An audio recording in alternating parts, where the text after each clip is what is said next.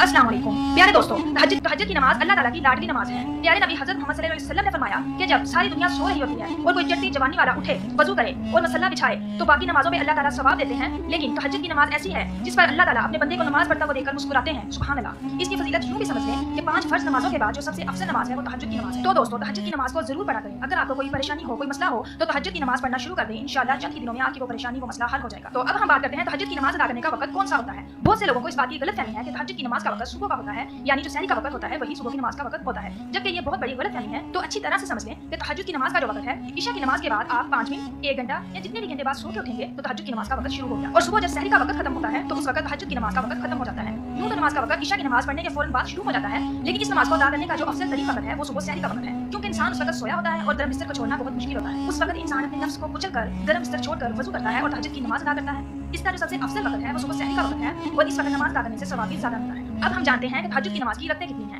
अगर वक्त हो तो कम से कम 4 रकतें पढ़ें और ज्यादा से ज्यादा आप 12 रकतें भी पढ़ सकते हैं, लेकिन अगर वक्त बहुत ही कम हो तो 2 रकतें भी पढ़ सकते हैं। अब हम तहज्जुद में पढ़ी जाने वाली सूरतों के बारे में बात करते हैं। बहुत से लोग समझते हैं कि इसमें कोई खास सूरतें पढ़ी जाती हैं, लेकिन ऐसा बिल्कुल भी नहीं है। जैसे हम लोग बाकी नवाफिल अदा करते हैं, बिल्कुल उसी तरह तहज्जुद के नफल भी अदा किए जाते हैं। मैं आप लोगों के लिए आसान कर दूं कि तहज्जुद की नमाज अदा करने का तरीका ये है। सबसे पहले सना पढ़ी जाएगी, फिर उसके बाद औज़ बिल्लाह, फिर बिस्मिल्लाह, उसके बाद सूरत फातिहा और फिर कोई भी सूरत यानी सूरत इखलास भी पढ़ सकते हैं। उसके बाद रुकू और सजूद और उसके बाद दूसरी रकअत के लिए खड़े होंगे। सबसे पहले बिस्मिल्लाह पढ़ेंगे, फिर सूरत फातिहा, फिर कोई भी सूरत यानी सूरत इखलास पढ़ेंगे, फिर रुकू, सजूद, अत्तहियातु, दरूद शरीफ और दुआ मांगेंगे और इस तरह 2 रकअत अदा करेंगे। जितनी भी रकअतें पढ़नी हो इसी तरीके से पढ़ेंगे। जितना भी आपके पास वक्त हो आप पढ़ सकते हैं, लेकिन पढ़ने का तरीका यही है जैसे हम बाकी नवाफिल अदा करते हैं। अब हम बात करेंगे नियत के बारे में कि तहज्जुद की नमाज की नियत कैसे की जाए। तो नियत कहते हैं दिल के पुख्ता इरादे को।